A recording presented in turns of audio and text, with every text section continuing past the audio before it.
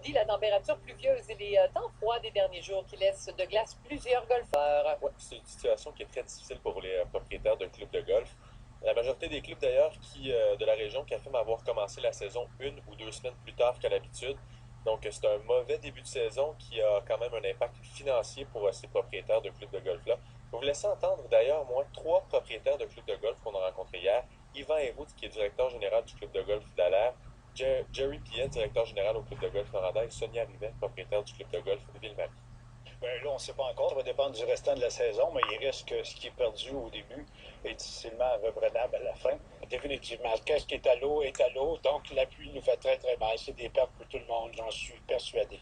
Quand on a des fins de semaine comme dimanche dernier ou bon, les fins de semaine qu'on a connues à date, parce qu'on peut dire que depuis le début de la saison, souvent les fins de semaine, on a des journées de mauvais temps, de pluie, de froid.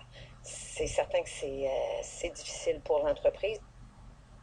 On revient sur le branle-bas de combat qui est survenu à l'école La Source à Rouyn-Noranda. Ça s'est passé le 30 mai dernier.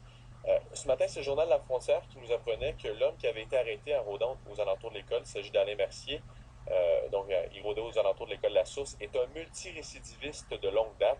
Donc, il traîne pas moins de 30 dossiers devant le tribunal, M. Alain Mercier. Il a été arrêté à une douzaine de reprises pour introduction par effraction. Donc, on peut dire que c'est quand même un spécialiste pour entrer chez vous sans que vous le sachiez.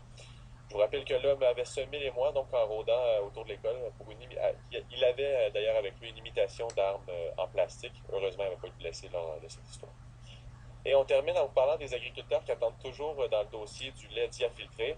Le ministre fédéral de l'Agriculture, Lawrence McCauley, qui avait promis consulter les producteurs de lait dans un délai de 30 jours.